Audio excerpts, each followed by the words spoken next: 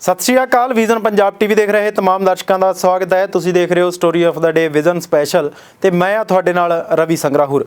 5 अगस्त 2019 ਨੂੰ जम्मू ਅਤੇ कश्मीर ਨੂੰ केंद्र शासित प्रदेश वजों पुनर्गठित करन मगरों हुण केंद्र सरकार ने 2 अगस्त 2020 ਨੂੰ फिर एक वड्डा फैसला लिया, जिस विच हुण जम्मू ਅਤੇ कश्मीर की सरकारी भाषा उर्दू ਅਤੇ अंग्रेजी तो इलावा डोगरी ਅਤੇ हिंदी भी होवेगी। देश के प्रधानमंत्री नरेंद्र मोदी की अगवाई च केंद्रीय कैबिनेट की एक मीटिंग हुई, जिस विच Jammu Kashmir official language bill 2020 pass किया गया। केंद्र सरकार मुताबिक डोगरी भाषा नूं सरकारी भाषा के तौर पर शामिल करने की मांग लंबे समय तो हो रही सी, जो कि हुण पूरी कर दी गई है। पर इस सब दे विचकार जम्मू ਅਤੇ कश्मीर च पंजाबी भाषा नूं खतरा पैदा हो गया।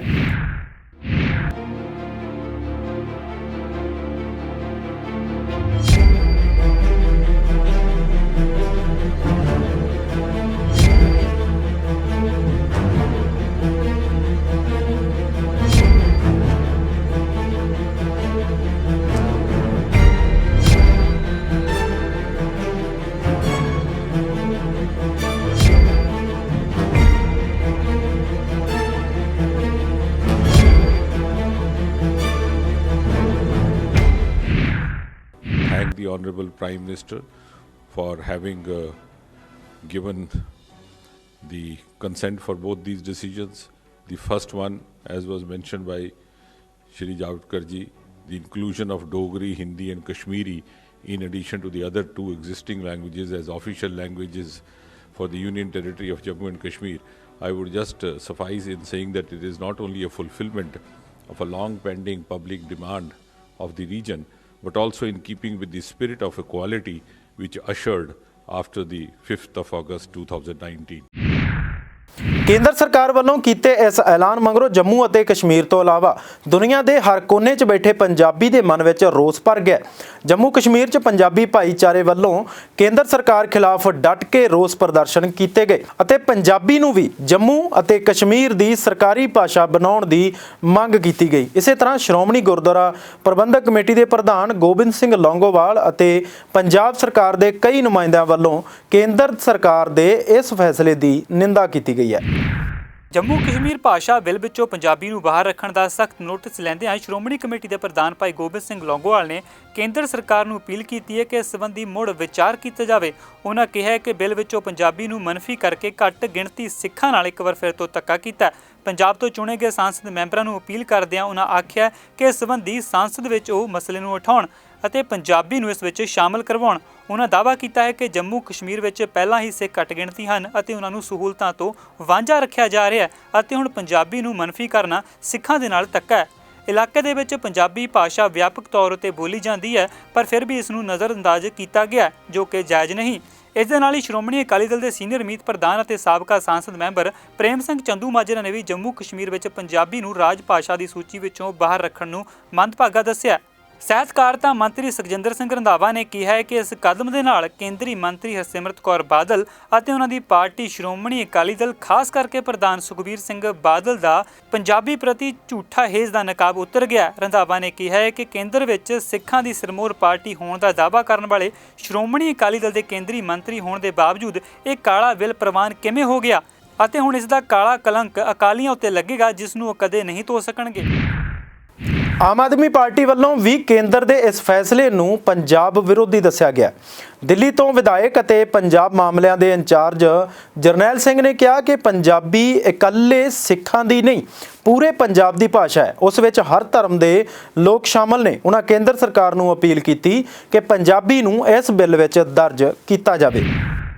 कल भारत के प्रधानमंत्री श्री नरेंद्र मोदी जी की अगवाई हेठ केंद्रीय कैबिनेट वालों एक बिल पास किया गया है, जिहदे च जम्मू ते कश्मीर की सरकारी भाषावां की सूची विच कुछ होर भाषावां नूं ऐड किया गया, जिहदे च कश्मीरी, डोगरी, हिंदी ते अंग्रेजी भाषावां ने। पर एक चीज़ जान के बहुत हैरानी हुई, जम्मू कश्मीर विच बहुत वड्डी गिणती विच पंजाबी भाईचारे के लोग वसदे ने। पंजाबी भाषा नूं इस बिल विच ऐड नहीं किया गया। जम्मू कश्मीर की जो सरकारी भाषावां ने उस बिल विच पंजाबी भाषा नूं ऐड नहीं किया गया। ਪੂਰੀ ਦੁਨੀਆ 'ਚ ਵਸਦੇ ਪੰਜਾਬੀ ਭਾਈਚਾਰੇ ਦੇ ਲੋਕਾਂ ਵਿੱਚ ਇਸ ਚੀਜ਼ ਨੂੰ ਲੈ ਕੇ ਬਹੁਤ ਰੋਸ਼ ਹੈ। ਉੱਦਾਂ ਤੇ ਪੰਜਾਬ ਤੋਂ ਕੈਬਨਿਟ ਮਿਨਿਸਟਰ ਬੀਬੀ ਹਰਸਿਮਰਤ ਕੌਰ ਬਾਦਲ ਜੀ ਆਪ ਇਸ ਕੈਬਨਿਟ ਦਾ ਹਿੱਸਾ ਨੇ, ਪਰ ਉਹਨਾਂ ਤੋਂ ਹੁਣ ਆਸ ਨਹੀਂ ਬਚੀ। ਭਾਵੇਂ ਕਿਸਾਨਾਂ ਦੇ ਵਿਰੋਧ ਵਿੱਚ ਐਮਐਸਪੀ ਵਾਲਾ ਬਿੱਲ ਹੋਵੇ ਜਾਂ ਇਸ ਬਿੱਲ ਦੀ ਗੱਲ ਕਰੀਏ, ਉਹ ਕੇਂਦਰ ਸਰਕਾਰ ਦੇ ਕਿਸੇ ਵੀ ਬਿੱਲ ਦੀ ਵਿਰੋਧਤਾ ਨਹੀਂ ਕਰਦੇ। ਹੁਣ ਮੈਂ ਦੇਸ਼ ਦੇ ਪ੍ਰਧਾਨ ਮੰਤਰੀ ਜੀ ਨੂੰ ਅਪੀਲ ਕਰਨਾ ਚਾਹੁੰਦਾ ਕਿ ਕਿਰਪਾ ਕਰਕੇ ਜੰਮੂ ਤੇ ਕਸ਼ਮੀਰ ਦੀ ਸਰਕਾਰੀ ਭਾਸ਼ਾਵਾਂ ਦੀ ਜੋ ਸੂਚੀ ਹੈ ਉਹਦੇ ਵਿੱਚ ਪੰਜਾਬੀ ਭਾਸ਼ਾ ਨੂੰ ਐਡ ਕਰਕੇ ਉੱਥੇ ਦੇ ਲੋਕਾਂ ਦਾ ਵਿਸ਼ਵਾਸ ਬਰਕਰਾਰ ਰੱਖਿਆ ਜਾਵੇ। ਇਸ ਬਿੱਲ ਦਾ ਪੰਜਾਬ ਦੀਆਂ ਸਮੂਹ ਰਾਜਨੀਤਿਕ, ਸਮਾਜਿਕ ਅਤੇ ਪੰਜਾਬੀ ਦਾ ਦਰਦ ਮਹਿਸੂਸ ਕਰਨ ਵਾਲੀਆਂ ਸੰਸਥਾਵਾਂ ਵੱਲੋਂ ਲਗਾਤਾਰ ਵਿਰੋਧ ਕੀਤਾ ਜਾ ਰਿਹਾ ਹੈ। ਸ਼੍ਰੋਮਣੀ ਗੁਰਦੁਆਰਾ ਪ੍ਰਬੰਧਕ ਕਮੇਟੀ ਦੇ ਸਾਬਕਾ ਮੈਂਬਰ ਬਲਦੇਵ ਸਿੰਘ ਸਿਰਸਾ ਨੇ ਵੀ ਇਸ ਫੈਸਲੇ ਨੂੰ ਮੰਦਭਾਗਾ ਦੱਸਿਆ। ਆਸਤੇ ਆਸਤੇ ਇਹ ਕੇਂਦਰ ਦੇ ਵਿੱਚ ਜਿਹੜੀ ਮੋਦੀ ਸਰਕਾਰ ਹੈ, ਇਹਨਾਂ ਦਾ ਇੱਕੋ ਇੱਕ ਏਜੰਡਾ ਹੈ ਕਿ ਭਾਰਤ ਨੂੰ ਹਿੰਦੂ ਰਾਸ਼ਟਰ ਬਣਾਉਣਾ। ਉਹ ਭਾਰਤ ਹਿੰਦੂ ਰਾਸ਼ਟਰ ਕਿਵੇਂ ਬਣੇਗਾ ਜਦੋਂ ਕਿ ਇੱਥੇ ਜਿਸ ਤਰ੍ਹਾਂ ਕਿ ਪੰਜਾਬੀ ਬੋਲੀ ਜਿਹੜੀ ਆ ਇਹ ਇਕੱਲੇ ਸਿੱਖਾਂ ਦੇ ਨਾਲ ਜੁੜੀ ਜਾਂਦੀ ਆ, ਲੇਕਿਨ ਇਹ ਪੰਜਾਬੀ ਨੂੰ ਪਿਆਰ ਕਰਨ ਵਾਲੇ ਇਕੱਲੇ ਸਿੱਖ ਨਹੀਂ। ਹੁਣ ਤੁਸੀਂ ਜੇ ਪਾਕਿਸਤਾਨ ਦੇ ਵਿੱਚ ਵੇਖੋ ਤੇ ਉੱਥੇ ਪੰਜਾਬੀ ਜਿਹੜੀ ਆ ਠੇਠ ਪੰਜਾਬੀ ਬੋਲੀ ਜਾਂਦੀ ਆ ਤੇ ਪੂਰਾ ਪੰਜਾਬੀ ਦੇ ਨਾਲ ਪਿਆਰ ਕਰਨ ਵਾਲੇ ਉੱਥੋਂ ਦੇ ਲੋਕ ਨੇ। ਇਸੇ ਤਰ੍ਹਾਂ ਬਹੁਤ ਸਾਰੇ ਹਿੰਦੂ ਵੀਰ ਵੀ ਨੇ ਜਿਹੜੇ ਕਿ ਪੰਜਾਬੀ ਦੇ ਨਾਲ ਪਿਆਰ ਕਰਦੇ ਨੇ। ਪਰ ਅਫਸੋਸ ਇਸ ਗੱਲ ਦਾ ਹੈ ਕਿ ਪੰਜਾਬੀ ਭਾਸ਼ਾ ਨੂੰ ਕੇਵਲ ਸਿੱਖਾਂ ਦੀ ਹੀ ਭਾਸ਼ਾ ਮੰਨਿਆ ਜਾਂਦਾ ਹੈ, ਜਿਸ ਕਰਕੇ ਇਹ ਜਿਵੇਂ ਕਿ ਪਹਿਲਾਂ ਜੰਮੂ ਕਸ਼ਮੀਰ ਦੇ ਵਿੱਚ 370 ਧਾਰਾ ਖਤਮ ਕਰਕੇ ਤੇ ਮੁਸਲਮਾਨਾਂ ਦੇ ਉੱਤੇ ਘੁਆੜਾ ਚਲਾਇਆ ਗਿਆ ਸੀ, ਤੇ ਜਦੋਂ ਉਹਨਾਂ ਨੇ ਰੋਸ ਪ੍ਰਦਰਸ਼ਨ ਕੀਤੇ ਤੇ ਉਹਨਾਂ ਦੇ ਉੱਤੇ ਜਿਹੜੇ ਸੀ ਕਿਸ ਤਰ੍ਹਾਂ ਦੇ ਤਸ਼ੱਦਦ ਤੇ ਜ਼ੁਲਮ ਤੇ ਗੋਲੀਆਂ ਤੱਕ ਚਲਾਈਆਂ ਗਈਆਂ। ਹੁਣ ਉਹਨਾਂ ਨੇ ਇਹ ਜਿਹੜਾ ਸਿੱਖਾਂ ਦੇ ਉੱਤੇ ਸਿੱਧਾ ਹਮਲਾ ਕੀਤਾ ਕਿ ਉਹ ਸਮਝਦੇ ਨੇ ਕਿ ਜਿਹੜੀ ਪੰਜਾਬੀ, ਜਿਵੇਂ ਮੈਂ ਬੇਨਤੀ ਕੀਤੀ ਹੈ ਕਿ ਪੰਜਾਬੀ ਭਾਸ਼ਾ ਨੂੰ ਕੇਵਲ ਸਿੱਖਾਂ ਦੀ ਹੀ ਭਾਸ਼ਾ ਇਹ ਮੰਨਦੇ ਨੇ ਲੋਕ, ਜਦੋਂ ਕਿ ਇਕੱਲੇ ਸਿੱਖਾਂ ਦੀ ਨਹੀਂ ਹੈ। ਔਰ ਜਿਸ ਤਰ੍ਹਾਂ ਇਹਨਾਂ ਨੇ ਗੁਜਰਾਤ ਦੇ ਵਿੱਚ ਕਿਸਾਨਾਂ ਦੇ ਉੱਤੇ ਜਿਹੜਾ ਸੀ ਉੱਥੋਂ ਦੇ ਸਿੱਖ ਕਿਸਾਨਾਂ ਨੂੰ ਉਜਾੜਿਆ, ਉਸ ਤੋਂ ਬਾਅਦ ਯੂਪੀ ਦੇ ਵਿੱਚ ਹੋਰ ਵੀ ਸੂਬਿਆਂ ਦੇ ਵਿੱਚ ਜਾਂ ਗੁਰਦੁਆਰਿਆਂ ਨੂੰ ਢਾਉਣਾ, ਇਹ ਨੁਕਸਾਨ ਕਰਨੇ, ਜਿਵੇਂ ਗਿਆਨ ਗੋਦੜੀ, ਡਾਂਗ ਮਾਰ, ਇਹ ਜਿਹੜੇ ਇਸ ਤਰ੍ਹਾਂ ਦੇ ਜਿਹੜੇ ਹਮਲੇ ਕਰਨੇ ਆ, ਇਹ ਜਿਸ ਤਰ੍ਹਾਂ ਕਿ ਬੰਦੇ ਦੀ ਨਬਜ਼ ਤੇ ਹੱਥ ਰੱਖ ਕੇ ਤੇ ਵੇਖਿਆ ਜਾਂਦਾ ਕਿ ਇਹਦੀ ਕਿੰਨੀ ਕੁ ਨਬਜ਼ ਜਿਹੜੀ ਆ ਕਿੰਨੀ ਕੁ ਚੱਲਦੀ ਆ, ਤੇ ਉਹ ਫਿਰ ਇਸ ਹਿਸਾਬ ਦੇ ਨਾਲ ਕੰਮ ਕਰਦੇ ਆ। ਹੁਣ ਇਹਨਾਂ ਨੇ ਵੇਖਿਆ ਵੀ ਇਹਨਾਂ ਦਾ ਜਿਹੜਾ ਹੈ ਉਹ ਹੱਥ ਟੋਕਾ ਬਣਿਆ ਹੋਇਆ ਬਾਦਲ ਪਰਿਵਾਰ, ਜਿਹੜਾ ਕਿ ਕੇਂਦਰ ਦੇ ਵਿੱਚੋਂ ਮੰਤਰੀ ਵੀ ਆ। ਅੱਜ ਹੁਣ ਤੁਸੀਂ ਇਹ ਵੇਖਿਆ ਹੋਊਗਾ ਕਿ ਗੋਬਿੰਦ ਸਿੰਘ ਲੌਂਗੋਵਾਲ ਦੀ ਜਿਹੜੀ ਤੁਸੀਂ ਗੱਲ ਕੀਤੀ ਆ, ਉਹ ਇਹ ਗੱਲ ਕਹਿ ਰਿਹਾ ਕਿ ਪੰਜਾਬ ਦੇ ਸਾਰੇ ਸੰਸਦ ਮੈਂਬਰਾਂ ਨੂੰ ਮੈਂ ਅਪੀਲ ਕਰਦਾ ਹਾਂ ਕਿ ਜਿਹੜਾ ਪਾਰਲੀਮੈਂਟ ਦਾ ਆਉਣ ਵਾਲਾ ਸੈਸ਼ਨ ਹੈ, ਇਹਦੇ ਵਿੱਚ ਜੰਮੂ ਕਸ਼ਮੀਰ 'ਚੋਂ ਜਿਹੜੀ ਪੰਜਾਬੀ ਭਾਸ਼ਾ ਜਿਹੜੀ ਆ ਉਹ ਖਤਮ ਕੀਤੀ ਜਾ ਰਹੀ ਹੈ, ਇਹਦਾ ਵਿਰੋਧ ਕਰਨ, ਆਵਾਜ਼ ਉਠਾਓ। ਮੈਂ ਲੌਂਗੋਵਾਲ ਨੂੰ ਇੱਕ ਗੱਲ ਕਹਿਣੀ ਚਾਹੁੰਦਾ ਹੈ, ਲੌਂਗੋਵਾਲ ਸਾਹਿਬ, ਜਿਨ੍ਹਾਂ ਦੀ ਜੇਬ 'ਚੋਂ ਤੁਸੀਂ ਨਿਕਲਦੇ ਹੋ, ਜਿਸ ਪਰਿਵਾਰ ਦੀ 'ਚੋਂ, ਉਹ ਤੇ ਉਹਨਾਂ ਨਾਲ ਘਿਓ ਖਿਚੜੀ ਆ। ਉਹ ਕਹਿੰਦੇ ਸਾਡਾ ਨਹੁੰ ਤੇ ਮਾਸ ਦਾ ਰਿਸ਼ਤਾ, ਉਹ ਕਹਿੰਦੇ ਸਾਡਾ ਪਤੀ ਤੇ ਪਤਨੀ ਦਾ ਰਿਸ਼ਤਾ। ਹੁਣ ਇਹ ਨਹੀਂ ਸਮਝ ਆਉਂਦੀ ਕਿ ਉਹ ਪਤਨੀ ਕੌਣ ਹੈ ਤੇ ਪਤੀ ਕੌਣ ਹੈ। ਪਰ ਜੇ ਮੋਟੇ ਜਿਹੇ ਲਫ਼ਜ਼ਾਂ 'ਚ ਦੇਖਿਆ ਜਾਏ ਤੇ ਇਹ ਜਿਹੜਾ ਪ੍ਰਕਾਸ਼ ਸਿੰਘ ਬਾਦਲ ਹੈ, ਇਹ ਸ਼ਾਇਦ ਆਪਣੇ ਆਪ ਨੂੰ ਪਤਨੀ, ਤੇ ਉਹ ਵੱਡੀ ਪਾਰਟੀ ਹੈ ਤੇ ਉਹਨਾਂ ਨੂੰ ਇਹ ਪਤੀ ਮੰਨਦਾ ਵੀ ਸਾਡਾ ਪਤੀ ਤੇ ਪਤਨੀ ਦਾ ਰਿਸ਼ਤਾ ਹੈ, ਨਹੁੰ ਮਾਸ ਦਾ ਰਿਸ਼ਤਾ ਹੈ। ਜਦੋਂ ਨਹੁੰ ਮਾਸ ਦੇ ਰਿਸ਼ਤੇ ਵਾਲਿਆਂ ਨੇ ਐਡਾ ਵੱਡਾ ਹਮਲਾ ਕੀਤਾ ਹੈ, ਤੁਸੀਂ ਕੇਂਦਰ ਦੇ ਵਿੱਚ ਭਾਈਵਾਲ ਜੇ ਹਰਸਿਮਰਤ ਕੌਰ ਜਿਹੜੀ ਹੈ, ਜਿਹੜੀ ਪ੍ਰਕਾਸ਼ ਸਿੰਘ ਬਾਦਲ ਦੀ ਨਹੁੰ ਹੈ, ਸੁਖਬੀਰ ਬਾਦਲ ਦੀ ਧਰਮ ਪਤਨੀ ਹੈ, ਉਹਨੇ ਆਵਾਜ਼ ਕਿਉਂ ਨਹੀਂ ਉਠਾਈ? ਉੱਥੇ ਕਿਉਂ ਨਹੀਂ ਬੋਲੀ? ਉਹਨੇ ਵਿਰੋਧ ਕਿਉਂ ਨਹੀਂ ਕੀਤਾ? ਠੀਕ ਹੈ, ਬਾਕੀ ਸੰਸਦਾਂ ਦਾ ਵੀ ਸੰਸਦ ਮੈਂਬਰ ਜਿਹੜੇ ਨੇ ਪੰਜਾਬ ਦੇ, ਉਹਨਾਂ ਦਾ ਫਰਜ਼ ਬਣਦਾ ਹੈ ਕਿ ਉਹ ਪੰਜਾਬੀ ਬੋਲੀ ਦੇ ਉੱਤੇ ਜਾਂ ਪੰਜਾਬ ਦੇ ਹਿੱਤਾਂ ਵਾਸਤੇ ਇਹ ਆਵਾਜ਼ ਉਠਾਉਣ। ਪਰ ਸੁਖਬੀਰ ਬਾਦਲ ਦੀ ਧਰਮ ਪਤਨੀ ਹਰਸਿਮਰਤ ਕੌਰ ਉਹ ਚੁੱਪ ਕਿਉਂ ਆ? ਉਹਨੂੰ ਲੌਂਗੋਵਾਲ ਨੇ ਸਿੱਧਾ ਕਿਉਂ ਨਹੀਂ ਕਿਹਾ ਕਿ ਮੰਤਰੀ ਸਾਹਿਬ ਤੁਸੀਂ ਆ ਜਿਹੜਾ ਪੰਜਾਬੀ ਭਾਸ਼ਾ ਦੇ ਉੱਤੇ ਜੋ ਕੇਂਦਰ ਨੇ ਹਮਲਾ ਕੀਤਾ ਹੈ, ਇਹਨੂੰ ਰੋਕਿਆ ਜਾਵੇ। ਸੋ ਇੱਕ ਬੜੀ ਵੱਡੀ ਸਾਜ਼ਿਸ਼ ਹੈ ਤੇ ਇਹ ਉਹਨਾਂ ਦੇ ਭਾਈਵਾਲ ਨੇ, ਤੇ ਇਹ ਜਿਹੜਾ ਕੇਂਦਰ ਵਿੱਚ ਜਿਹੜੀ ਮੋਦੀ ਸਰਕਾਰ, ਇਹ RSS ਤੇ BJP ਜਿਹੜੀ RSS ਜਿਨ੍ਹਾਂ ਦਾ ਇੱਕੋ ਇੱਕ ਨਾਰਾ ਹਿੰਦੂ, ਹਿੰਦੀ, ਹਿੰਦੁਸਤਾਨ, ਉਹਨਾਂ ਦਾ ਇੱਕੋ ਇੱਕ ਨਾਅਰਾ ਹੈ ਕਿ ਭਾਰਤ ਨੂੰ ਅਸੀਂ ਜਿਹੜਾ ਹਿੰਦੂ ਰਾਸ਼ਟਰ ਬਣਾਉਣਾ ਹੈ। ਇਹ ਹਿੰਦੂ ਰਾਸ਼ਟਰ ਬਣਾਉਣ ਦੀਆਂ ਸਾਜ਼ਿਸ਼ਾਂ ਨੇ ਜਿਹੜੀਆਂ ਉਹ ਕਦਮ ਬਾਈ ਕਦਮ ਅੱਗੇ ਚੱਲ ਕੇ ਤੇ ਉਹਨਾਂ ਨੂੰ ਜਿਹੜਾ ਇਹ ਘੱਟ ਗਿਣਤੀਆਂ ਨੂੰ ਖਤਮ ਕਰਕੇ ਤੇ ਹਿੰਦੂ ਰਾਸ਼ਟਰ ਨਾਲ ਵਧ ਰਹੇ ਨੇ। ਇਸ ਕਰਕੇ ਇਹ ਪੰਜਾਬੀ ਦੇ ਉੱਤੇ ਜਿਹੜਾ ਇਹ ਹਮਲਾ ਹੋਇਆ। ਸਿੱਖ ਬੁੱਧੀਜੀਵੀਆਂ, ਲੇਖਕਾਂ ਅਤੇ ਸਾਹਿਤਕਾਰਾਂ ਵਿੱਚ ਵੀ ਭਾਰੀ ਰੋਸ ਹੈ। ਸਾਡੇ ਵੱਲੋਂ ਕੇਂਦਰੀ ਲੇਖਕ ਸਭਾ ਚੰਡੀਗੜ੍ਹ ਦੇ ਸਾਬਕਾ ਪ੍ਰਧਾਨ ਡਾਕਟਰ ਸਰਬਜੀਤ ਸਿੰਘ ਨਾਲ ਗੱਲਬਾਤ ਕੀਤੀ ਗਈ, ਜਿਨ੍ਹਾਂ ਦੱਸਿਆ ਕਿ ਪੰਜਾਬੀ ਨਾਲ ਧੱਕਾ ਹੋਣਾ ਕੋਈ ਨਵਾਂ ਮਾਮਲਾ ਨਹੀਂ, ਉਹ ਵੀ ਉਦੋਂ ਜਦੋਂ ਕੇਂਦਰ ਵਿੱਚ ਹਿੰਦੂ ਮਤ ਰੱਖਣ ਵਾਲੀ ਸਰਕਾਰ ਹੋਵੇ। ਪਰ ਨਾਲ ਹੀ ਉਹਨਾਂ ਦਰਦ ਮਹਿਸੂਸ ਕੀਤਾ। ਇਹ ਸਿਰਫ ਹੋਰਨਾਂ ਸੂਬਿਆਂ ਵਿੱਚ ਹੀ ਨਹੀਂ, ਪੰਜਾਬ ਵਿੱਚ ਵੀ ਵੱਡੇ ਪੱਧਰ ਤੇ ਹੋ ਰਿਹਾ ਹੈ। ਲੰਘੇ ਦਿਨੀ ਹੁਣ ਜਿਹੜਾ ਕੇਂਦਰ ਸਰਕਾਰ ਵੱਲੋਂ ਨਵਾਂ ਬਿੱਲ ਲੈ ਕੇ ਆਂਦਾ ਗਿਆ, ਲੈਂਗੁਏਜ ਬਿੱਲ, ਉਹਦੇ ਵਿੱਚੋਂ ਪੰਜਾਬੀ ਨੂੰ ਬਾਹਰ ਰੱਖ ਲਿਆ ਗਿਆ। ਲੰਮੇ ਅਰਸੇ ਤੋਂ ਪੰਜਾਬੀ ਦੇ ਲਈ, ਪੰਜਾਬੀ ਮਾਂ ਬੋਲੀ ਦੇ ਲਈ ਸੰਘਰਸ਼ ਕੀਤਾ ਜਾ ਰਿਹਾ, ਪਰ ਹਮੇਸ਼ਾ ਭਾਵੇਂ ਉਹ ਕੇਂਦਰ ਸਰਕਾਰ ਆ, ਭਾਵੇਂ ਉਹ ਰਾਜ ਸਰਕਾਰ ਆ, ਉਹ ਪੰਜਾਬੀ ਮਾਂ ਬੋਲੀ ਨੂੰ ਤਵੱਜੋ ਨਹੀਂ ਦਿੰਦੀ, ਬਣਦਾ ਹੱਕ ਨਹੀਂ ਮਿਲ ਰਿਹਾ। ਵਜ੍ਹਾ ਕੀ ਕਹਿ ਸਕਦੇ ਆ? ਨਹੀਂ, ਇਹਦੇ 'ਚ ਵਜ੍ਹਾ ਜਿਹੜੀ ਆ ਕਰਨ ਜੀ, ਇੱਕ ਕੋਈ ਅਕਹਿਰੀ ਕੋਈ ਗੱਲ ਨਹੀਂ ਹੈ ਇਹਦੇ ਵਿੱਚ ਜੀ। ਇਹਦੇ 'ਚ ਵਜ੍ਹਾ ਇੱਕ ਤੋਂ ਵੀ ਵੱਧ ਆ। ਇੱਕ ਤੋਂ ਵੱਧ ਮੈਂ ਇਸ ਕਰਕੇ ਕਹਿ ਰਿਹਾ ਕਿ ਜਦੋਂ ਅਸੀਂ ਪੰਜਾਬ ਤੋਂ ਬਾਹਰ ਪੰਜਾਬੀ ਦੇ ਉੱਪਰ ਪੈਣ ਵਾਲੇ ਸੰਕਟ ਦੀ ਗੱਲ ਕਰਦੇ ਹਾਂ ਤਾਂ ਉਦੋਂ ਤਾਂ ਸਾਨੂੰ ਇਸ ਗੱਲ ਦੀ ਥੋੜ੍ਹੀ ਜਿਹੀ ਸਮਝ ਲੱਗਦੀ ਆ ਕਿ ਪੰਜਾਬ ਤੋਂ ਬਾਹਰ ਪੰਜਾਬੀ ਦੇ ਨਾਲ ਧੱਕਾ ਹੋ ਰਿਹਾ ਤੇ ਅਸੀਂ ਉਹਦੇ ਲਈ ਆਵਾਜ਼ ਉਠਾਈਏ, ਅਸੀਂ ਉਹਦੇ ਲਈ ਲੜੀਏ, ਸੰਘਰਸ਼ ਕਰੀਏ। ਇਹ ਗੱਲ ਤਾਂ ਸਮਝ ਪੈਂਦੀ ਆ। ਪਰ ਜੇ ਪੰਜਾਬ ਦੇ ਵਿੱਚ ਵੀ ਪੰਜਾਬੀ ਨਾਲ ਧੱਕਾ ਹੁੰਦਾ ਹੋਵੇ ਤਾਂ ਇਹ ਗੱਲ ਬਹੁਤੀ ਵਾਰੀ ਸਮਝ ਤੋਂ ਪਰੇ ਆ ਜੀ। ਪਰ ਹੁਣ ਜਿਹੜਾ ਨਵਾਂ ਇਸ਼ੂ ਤੁਹਾਡੇ ਚੈਨਲਸ ਦੇ ਉੱਤੇ ਜਾਂ ਹੋਰ ਥਾਵਾਂ ਦੇ ਉੱਤੇ ਬੜਾ ਡਿਬੇਟ ਦਾ, ਉਹ ਇਹ ਆ ਕਿ 370 ਆਰਟੀਕਲ ਤੋੜਨ ਤੋਂ ਬਾਅਦ ਜੀ ਜਿਹੜੀ ਜੰਮੂ ਤੇ ਕਸ਼ਮੀਰ ਦੀ ਸਥਿਤੀ ਬਣੀ ਆ, ਜੰਮੂ ਤੇ ਕਸ਼ਮੀਰ ਦੀ ਸਥਿਤੀ ਇੱਕ ਸਟੇਟ ਦਾ ਰੁਤਬਾ ਖਤਮ ਕਰਕੇ ਉੱਥੇ ਉਹਨੂੰ ਯੂਟੀ ਬਣਾ ਦਿੱਤਾ ਗਿਆ ਤੇ ਲਦਾਖ ਨੂੰ ਅਲੱਗ ਕਰ ਦਿੱਤਾ ਗਿਆ। ਜੀ।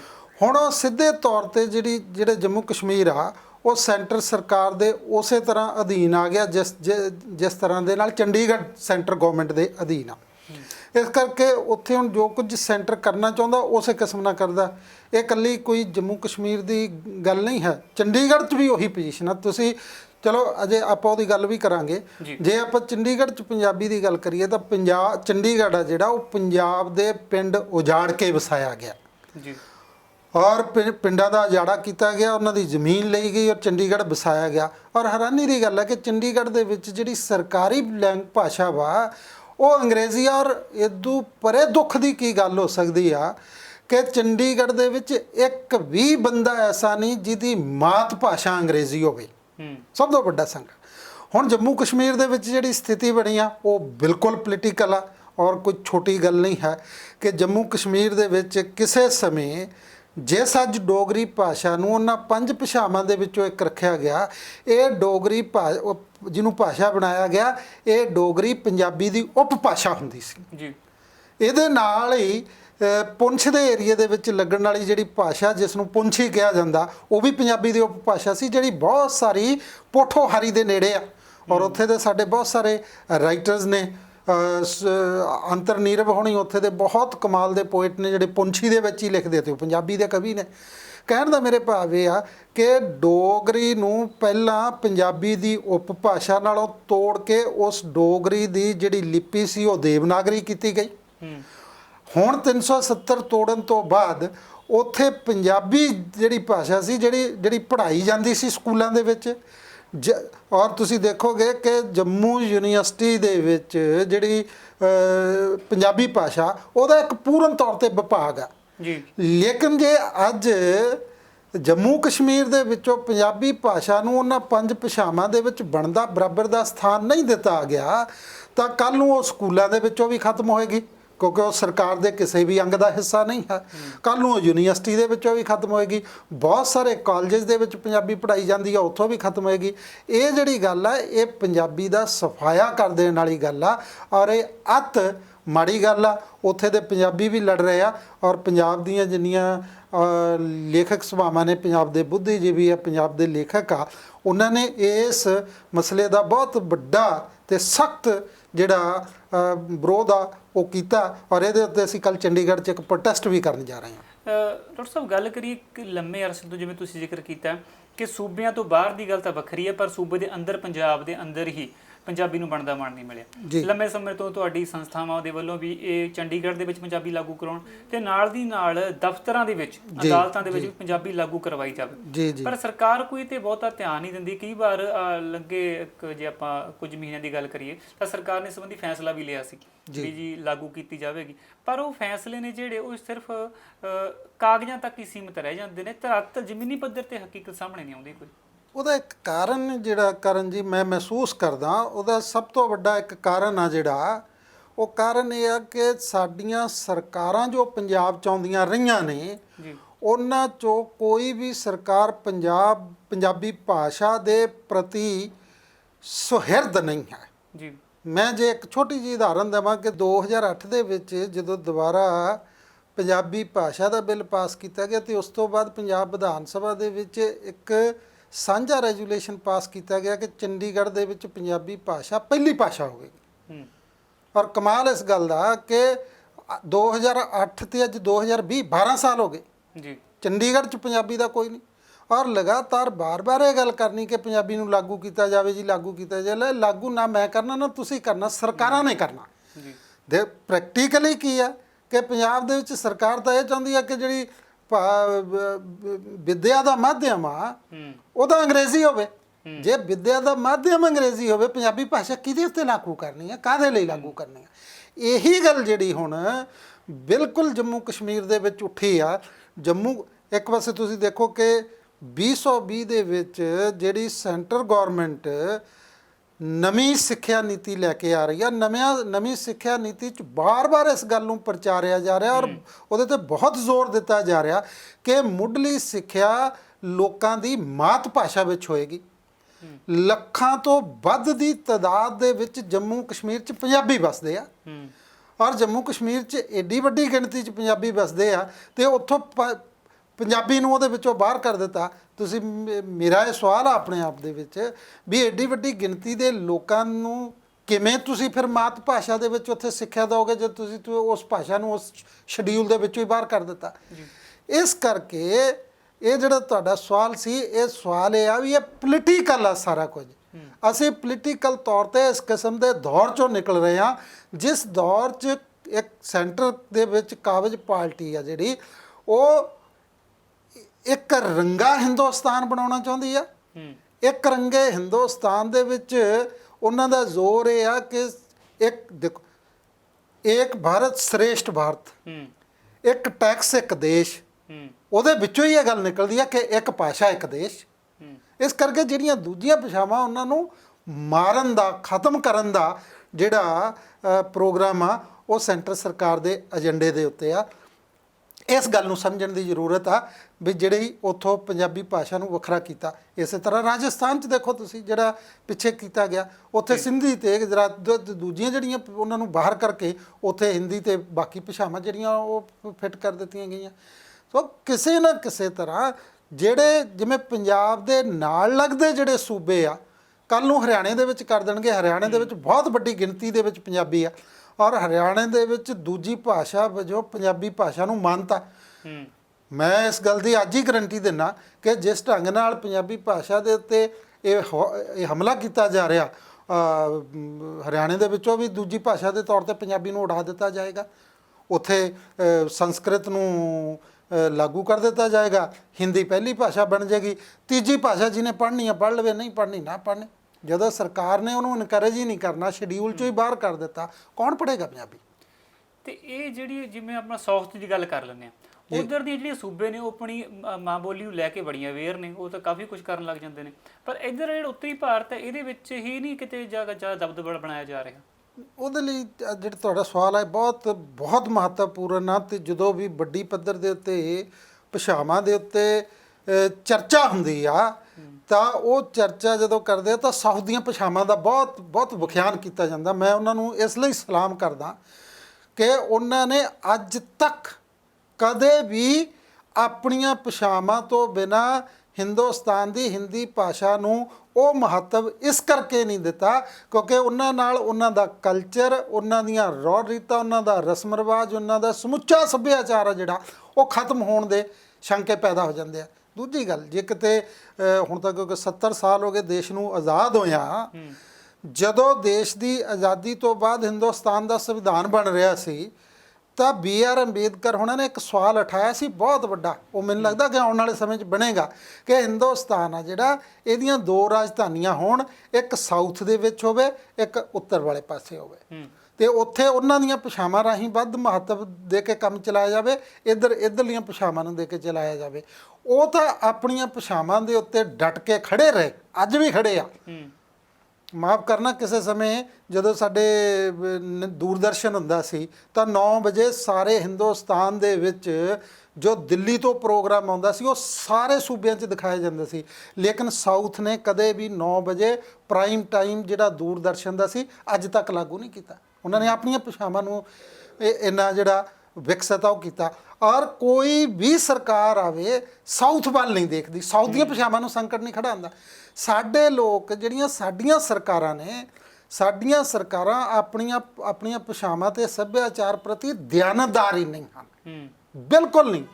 ਮੈਂ ਅਕਾਲੀ ਦਲ ਨੂੰ ਤਾਂ ਹੋਰ ਵੀ ਵੱਧ ਜਿਹੜਾ ਦੋਸ਼ੀ ਇਸ ਕਰਕੇ ਮੰਨਦਾ ਕਿਉਂਕਿ ਅਕਾਲੀ ਦਲ ਆਪਣੇ ਆਪ ਨੂੰ ਪੰਜਾਬੀਆਂ ਦੀ ਪਾਰਟੀ ਕਹਾਉਂਦੀ ਆ ਜੀ। ਪੰਜਾਬੀਆਂ ਦੀ ਪਾਰਟੀ ਕਾਹਦੀ ਹੈ ਜੇ ਉਹ ਪੰਜਾਬੀ ਭਾਸ਼ਾ ਨੂੰ ਨਾ ਬਚਾ ਸਕੀ, ਪੰਜਾਬੀ ਸੱਭਿਆਚਾਰ ਨੂੰ ਨਾ ਬਚਾ ਸਕੀ। ਇਸ ਕਰਕੇ ਸਾਡੀ ਜਿਹੜੀ ਸਥਿਤੀ ਆ ਉਹਦੇ 'ਚ ਸਰਕਾਰਾਂ ਦਾ, ਇੱਥੇ ਦੀਆਂ ਰਾਜਨੀਤਿਕ ਪਾਰਟੀਆਂ ਦਾ ਬਹੁਤ ਵੱਡਾ ਰੋਲ ਆ, ਇਸ ਗੱਲ ਨੂੰ ਸਮਝਣਾ ਪਏਗਾ। ਡਾਕਟਰ ਸਾਹਿਬ, ਗੱਲ ਇਹ ਹੈ ਵੀ ਤੁਸੀਂ ਵੀ ਦੇਖੋ ਪੰਜਾਬੀ ਬੋਲਦੇ ਆਪਾਂ ਪੰਜਾਬ ਤੋਂ ਆ, ਤੇ ਜਿਹੜੇ ਆਪਾਂ ਲੀਡਰ ਚੁਣਦੇ ਆ ਉਹ ਵੀ ਪੰਜਾਬ ਤੋਂ ਨੇ, ਬੋਲਦੇ ਪੰਜਾਬੀ ਨੇ। ਪਰ ਜਦੋਂ ਸੱਤਾ ਚੱਲ ਜਾਂਦੇ ਨੇ ਫਿਰ ਪਤਾ ਨਹੀਂ ਉਹ ਅੰਗਰੇਜ਼ ਕਿਉਂ ਬਣ ਜਾਂਦੇ ਨੇ ਵੀ ਪੰਜਾਬੀ ਨਾਲ ਤਾਂ ਜੀ ਸਾਡੀ ਡਿਵੈਲਪਮੈਂਟ ਹੀ ਨਹੀਂ ਹੋਣੀ, ਪੰਜਾਬੀ ਨਾਲ ਤਾਂ ਭਵਿੱਖ ਨਹੀਂ ਹੈਗਾ, ਤਾਂ ਕਰਕੇ ਅੰਗਰੇਜ਼ੀ ਮਾਧਿਅਮ ਲਾਓ, ਹਿੰਦੀ ਮਾਧਿਅਮ ਲੈ ਕੇ ਆਓ, ਕਿਉਂਕਿ ਇਹਦੇ ਵਿੱਚ ਪੜ੍ਹ ਲਿਖ ਕੇ ਉਹਨੂੰ ਨੌਕਰੀ ਮਿਲ ਸਕਦੀ ਹੈ। ਪਰ ਉਹ ਆਪਣੀ ਭਾਸ਼ਾ ਨੂੰ ਨਹੀਂ ਤਵੱਜੋ ਦੇ ਰਹੇ। ਇਹ ਕਹਿਣਾ ਵੀ ਇਹ 'ਚ ਰੋਜ਼ਗਾਰ ਨਹੀਂ, ਇਹਦਾ ਭਵਿੱਖ ਨਹੀਂ, ਇਹ ਤਾਂ ਗਲਤ ਆ ਨਾ, ਕਿਉਂਕਿ ਤੁਸੀਂ ਕੋਸ਼ਿਸ਼ ਹੀ ਨਹੀਂ ਕਰ ਰਹੇ। ਉਹਦੇ ਲਈ ਮੈਂ ਇੱਕ ਗੱਲ, ਕਿਉਂਕਿ ਮੈਂ 2 ਮਿੰਟ ਇਸ ਸਵਾਲ ਦੇ ਉੱਤੇ ਬੋਲੂੰਗਾ ਜ਼ਰੂਰ, ਇਸ ਕਰਕੇ ਜੀ, ਕਿਉਂਕਿ ਜਿਸ ਢੰਗ ਦੇ ਨਾਲ ਅੰਗਰੇਜ਼ੀ ਭਾਸ਼ਾ ਨੂੰ ਮਹੱਤਵ ਦਿੱਤਾ ਜਾ ਰਿਹਾ, ਅਸੀਂ ਅੰਗਰੇਜ਼ੀ ਭਾਸ਼ਾ ਦੇ ਖਿਲਾਫ ਨਹੀਂ, ਅਸੀਂ ਦੁਨੀਆ ਦੀ ਕਿਸੇ ਭਾਸ਼ਾ ਦੇ ਖਿਲਾਫ ਨਹੀਂ। ਅਸੀਂ ਇਹ ਕਹਿੰਦੇ ਹਾਂ ਬੰਦੇ ਨੂੰ ਵੱਧ ਤੋਂ ਵੱਧ ਭਾਸ਼ਾਵਾਂ ਸਿੱਖਣੀਆਂ ਚਾਹੀਦੀਆਂ। ਪਰ ਜਦੋਂ ਸਵਾਲ ਇਹ ਆਉਂਦਾ ਕਿ ਰੁਜ਼ਗਾਰ ਦੀ ਜਿਹੜੀ ਗੱਲ ਆ ਉਹ ਅਸੀਂ ਅੰਗਰੇਜ਼ੀ ਨਾਲ ਜੋੜਦੇ ਹਾਂ। ਮੈਂ ਕਿੰਨੇ ਦੁਨੀਆ ਦੇ ਮੁਲਕਾਂ ਦੀ ਉਦਾਹਰਨ ਦਿੰਦਾ ਜਿੱਥੇ ਕੋਈ ਅੰਗਰੇਜ਼ੀ ਨਹੀਂ। ਮੈਨੂੰ ਦੱਸੋ, ਕੋਰੀਆ ਨੇ ਇੰਨਾ ਵਿਕਾਸ ਕੀਤਾ, ਉੱਥੇ ਅੰਗਰੇਜ਼ੀ ਰਾਹੀਂ ਕੀਤਾ। ਚਾਈਨਾ ਨੇ ਵਿਕਾਸ ਕੀਤਾ, ਉਹਨੇ ਅੰਗਰੇਜ਼ੀ ਰਾਹੀਂ ਕੀਤਾ। ਰੂਸ ਨੇ ਇੰਨਾ ਵਿਕਾਸ ਕੀਤਾ, ਉਹਨੇ ਅੰਗਰੇਜ਼ੀ ਰਾਹੀਂ ਕੀਤਾ। ਫਰਾਂਸ ਨੇ ਇੰਨਾ ਵਿਕਾਸ ਕੀਤਾ। ਮੈਂ ਸੈਂਕੜੇ ਮੁਲਕਾਂ ਦੀਆਂ ਉਦਾਹਰਨਾਂ ਦੇ ਸਕਦਾ। ਸਵਾਲ ਕਿੱਥੇ ਖੜਾ? ਸਵਾਲ ਇਹ ਖੜਾ ਵੀ ਜਿਹੜਾ ਹਿੰਦੁਸਤਾਨ ਆ 90 ਤੋਂ ਬਾਅਦ ਇਹ ਲਿਬਰਲ ਜਿਹੜਾ ਸਿਸਟਮ ਆ, ਅਸੀਂ ਉਸ ਦੇ ਗੁਲਾਮ ਬਣ ਗਏ ਆ। ਉਸ ਦੀ ਗੁਲਾਮੀ ਦੇ ਵਿੱਚ ਇਹ ਆ ਗਿਆ ਕਿ ਬਾਹਰੋਂ ਕੰਪਨੀਆਂ ਨੇ ਆਉਣਾ, ਬਾਹਰੋਂ ਕਾਰਪੋਰੇਸ਼ਨਸ ਨੇ ਆਉਣਾ, ਬਾਹਰੋਂ ਹੋਰ ਚੀਜ਼ਾਂ ਨੇ ਆਉਣਾ। ਇਸ ਕਰਕੇ ਬਾਹਰਲਿਆਂ ਦੇ ਨਾਲ ਸਾਡਾ ਬੰਦਾ ਕਿਸ ਭਾਸ਼ਾ 'ਚ ਗੱਲਬਾਤ ਕਰੇਗਾ, ਉਹ ਅੰਗਰੇਜ਼ੀ ਹੋਈ ਆ। ਇਸ ਕਰਕੇ ਤੁਸੀਂ ਦੇਖੋਗੇ ਕਿ ਅੰਗਰੇਜ਼ੀ ਨੂੰ ਇਸ ਰੂਪ 'ਚ ਬਣਾਤਾ ਕਿ ਅੰਗਰੇਜ਼ੀ ਰੁਜ਼ਗਾਰ ਦਿੰਦੀ ਆ, ਦੂਜੀ ਭਾਸ਼ਾ ਨਹੀਂ ਦਿੰਦੀ। ਇਹ ਬਹੁਤ ਘਟੀਆ ਕਿਸਮ ਦੀ ਮਿੱਥ ਆ। ਇੱਕ ਮੈਂ ਬਹੁਤ ਸਪਸ਼ਟ ਗੱਲ ਕਹਿਣੀ ਚਾਹੁੰਦਾ, ਜਿਹਨੂੰ ਆਪਣੀ ਮਾਤ ਭਾਸ਼ਾ ਬਹੁਤ ਚੰਗੇ ਢੰਗ ਨਾਲ ਆਉਂਦੀ ਹੋਊ, ਉਹਨੂੰ ਦੂਸਰੀਆਂ ਭਾਸ਼ਾਵਾਂ ਬਹੁਤ ਵਧੀਆ ਆਉਂਦੀਆਂ ਹੋਣਗੀਆਂ। ਇੱਕ ਇੰਗਲੈਂਡ ਦੇ ਵਿੱਚ ਇੱਕ ਸਰਵੇ ਕੀਤਾ ਗਿਆ ਸਕੂਲਾਂ 'ਚ ਕਿ ਇੰਗਲੈਂਡ ਦੇ ਵਿੱਚ ਪੜ੍ਹਾਈ ਜਾਣ ਵਾਲੀ ਜਿਹੜੀ ਅੰਗਰੇਜ਼ੀ ਆ ਉਹਨੂੰ ਬਿਹਤਰ ਕੌਣ ਪੜ੍ਹਾਉਂਦਾ। ਮਾਫ ਕਰਨਾ, ਜੋ ਏਸ਼ੀਆ ਦੇ ਲੋਕ ਉੱਥੇ ਗਏ ਹੋਏ ਸਨ ਜਿਹੜੇ ਅੰਗਰੇਜ਼ੀ ਪੜ੍ਹਾਉਂਦੇ ਸੀ, ਉਹ ਬੈਟਰ ਟੀਚਰ ਸਨ। ਜਿਹੜੇ ਉੱਥੇ ਦੇ ਹੀ ਸਨ ਉਹ ਉਹਨਾਂ ਦੇ ਲੈਵਲ ਦੇ ਟੀਚਰ ਨਹੀਂ ਸਨ, ਕਿਉਂਕਿ ਉਹਨਾਂ ਨੂੰ ਆਪਣੀ ਭਾਸ਼ਾ ਆਉਂਦੀ ਸੀ। ਉਹਨਾਂ ਨੂੰ ਦੂਜੀ ਭਾਸ਼ਾ ਬਿਹਤਰ ਰੂਪ 'ਚ ਸਿੱਖਣ 'ਚ ਕੋਈ ਦਿੱਕਤ ਨਹੀਂ ਆਈ ਹੈ। ਸਾਡੇ ਅੰਗਰੇਜ਼ੀ ਕਰਕੇ ਇਸ ਤਰ੍ਹਾਂ ਦਾ ਵਾਤਾਵਰਨ ਪੈਦਾ ਕਰ ਦਿੱਤਾ ਕਿ ਨਾ ਵਿਦਿਆਰਥੀ ਨੂੰ ਅੰਗਰੇਜ਼ੀ ਆਉਂਦੀ ਆ ਤੇ ਨਾ ਵਿਦਿਆਰਥੀ ਨੂੰ ਪੰਜਾਬੀ ਆਉਂਦੀ ਆ। ਉਹਨਾਂ ਨੂੰ ਵਰਕਰ ਚਾਹੀਦਾ। ਹੁਣ ਤਾਂ ਜਿਹੜੀ ਐਜੂਕੇਸ਼ਨ ਪਾਲਿਸੀ ਆ ਉਹਦੇ 'ਚ ਤੁਸੀਂ ਦੇਖੋਗੇ ਮਲਟੀ ਡਿਸਪਲਿਨਰੀ ਸਕੂਲ ਹੋਣਗੇ, ਮਲਟੀ ਡਿਸਪਲਿਨਰੀ ਕਾਲਜ ਹੋਣਗੇ, ਮਲਟੀ ਡਿਸਪਲਿਨਰੀ ਯੂਨੀਵਰਸਿਟੀਜ਼ ਹੋਣਗੀਆਂ, ਤਾਂ ਕਿ ਉਹ ਥਾਂ ਦੇ ਉੱਤੇ ਵੱਧ ਤੋਂ ਵੱਧ ਮਲਟੀ ਟਾਸਕਿੰਗ ਸਕਿੱਲ ਪੈਦਾ ਕੀਤੀ ਜਾਵੇ। ਜਾਣੀ ਇੱਕ ਬੰਦਾ, ਉਹਨੂੰ ਕੰਪਨੀ 'ਚ ਲੋੜ ਆ, ਉਹ ਪਲੰਬਰ ਦਾ ਕੰਮ ਵੀ ਜਾਣਦਾ ਹੋਵੇ, ਉਹ ਮਿਸਤਰੀ ਦਾ ਕੰਮ ਵੀ ਜਾਣਦਾ ਹੋਵੇ, ਉਹ ਮਕੈਨੀਕਲ ਕੰਮ ਵੀ ਜਾਣਦਾ ਹੋਵੇ। ਹੁਣ ਤਾਂ ਇਹੋ ਜਿਹੇ ਬੰਦੇ ਪੈਦਾ ਕਰਨ ਦੀ ਗੱਲ ਕੀਤੀ ਜਾ ਰਹੀ ਆ, ਔਰ ਇਸ ਲਈ ਅੰਗਰੇਜ਼ੀ ਭਾਸ਼ਾ ਨੂੰ ਮਹੱਤਵ ਦਿੱਤਾ ਜਾ ਰਿਹਾ। ਸਰਾਸਰ ਗਲਤ ਆ, ਸਰਾਸਰ ਮਨੁੱਖ ਬੰਦੇ ਦੇ ਨਾਲ, ਪੰਜਾਬ ਦੇ ਨਾਲ ਧੱਕਾ। ਔਰ ਇੱਕ ਗੱਲ ਹੋਰ ਆ ਕਰਨ ਜੀ, ਕੀ ਅਸੀਂ ਸਿਰਫ ਆਰਥਿਕ ਜੀਵ ਹੀ ਪੈਦਾ ਕਰਨਾ, ਕੀ ਇੱਕ ਤਕਨੀਕੀ ਰੋਬੋਟ ਪੈਦਾ ਕਰਨਾ, ਕਿ ਅਸੀਂ ਇੱਕ ਚੰਗਾ ਮਨੁੱਖ ਵੀ ਬਣਾਉਣਾ ਹੈ? ਚੰਗਾ ਮਨੁੱਖ ਸੋਸ਼ਲ ਸਾਇੰਸਿਸ ਰਾਹੀਂ, ਲੈਂਗੁਏਜ ਦੇ ਰਾਹੀਂ, ਕਲਚਰ ਦੇ ਰਾਹੀਂ ਬਣਦਾ, ਉਹਨਾਂ ਨੂੰ ਅਸੀਂ ਖਤਮ ਕਰ ਰਹੇ ਹਾਂ। ਇਸ ਪੂਰੇ ਮਸਲੇ 'ਚ ਇਹ ਸਹਿਜੇ ਹੀ ਮਹਿਸੂਸ ਹੁੰਦਾ ਹੈ ਕਿ ਕੇਂਦਰ ਸਰਕਾਰ ਵੱਲੋਂ ਪੰਜਾਬੀ ਨੂੰ ਖਤਮ ਕਰਨ ਲਈ ਹਰ ਸੰਭਵ ਕੋਸ਼ਿਸ਼ ਜਾਰੀ ਹੈ। ਹੁਣ ਸਮਝਣਾ ਤਾਂ ਪੰਜਾਬ ਦੇ ਬਸ਼ਿੰਦਿਆਂ ਨੂੰ ਪਏਗਾ ਕਿ ਕੇਂਦਰ ਦੇ ਪੰਜਾਬੀ ਦੇ ਕਤਲ ਵੱਲ ਵਧਦੇ ਕਦਮਾਂ ਨੂੰ ਜਲਦ ਤੋਂ ਜਲਦ ਕਿਵੇਂ ਰੋਕਿਆ ਜਾਵੇ। ਇਹ ਸੀ ਸਾਡਾ ਅੱਜ ਦਾ ਖਾਸ ਵਿਸ਼ਾ। ਅਜਿਹੇ ਬਹੁਤ ਸਾਰੇ ਖਾਸ ਮੁੱਦੇ ਤੇ ਵਿਸ਼ੇ ਲੈ ਕੇ ਹਮੇਸ਼ਾ ਤੁਹਾਡੇ ਸਾਹਮਣੇ ਹਾਜ਼ਰ ਹੁੰਦੇ ਰਹਿਣਾ। ਫਿਲਹਾਲ ਮੈਨੂੰ ਦਿਓ ਇਜਾਜ਼ਤ ਤੇ ਤੁਸੀਂ ਦੇਖਦੇ ਰਹੋ ਵਿਜ਼ਨ ਪੰਜਾਬ ਟੀਵੀ, ਹਰ ਕਦਮ ਤੁਹਾਡੇ ਨਾਲ।